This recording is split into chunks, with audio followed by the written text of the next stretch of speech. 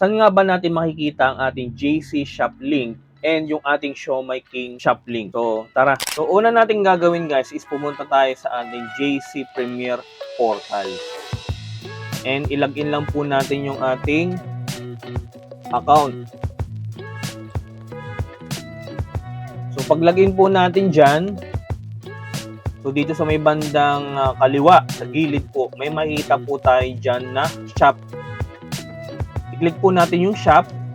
Under ng shop, meron pong tatlong tayong makikita.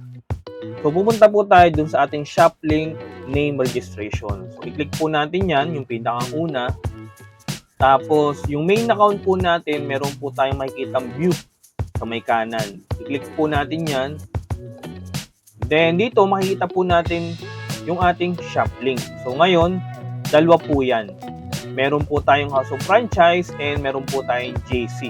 So, ito po yung ating JC shop. So, una, tingnan po natin yung House of Franchise.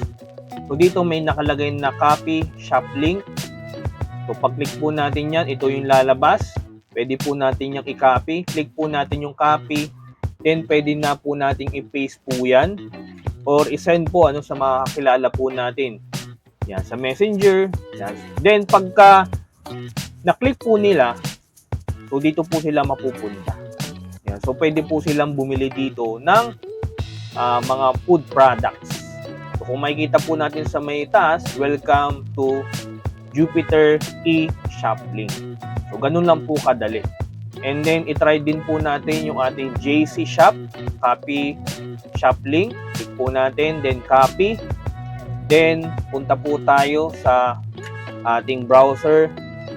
I-paste po natin. And then, dito po sila madadirect sa inyong JC Shop. So, dito makikita po din natin yung ating mga products. Yan. And then, pwede po silang bumili din po dito. Yan. So, again, pagka bumili sila dito, so automatic meron po tayong mga commission. So, based sa kanilang bibili na produkto. So, ganun lang po kadali na kunin yung ating mga JC Shop link and yung ating House of Franchise or Siomai King Shop link.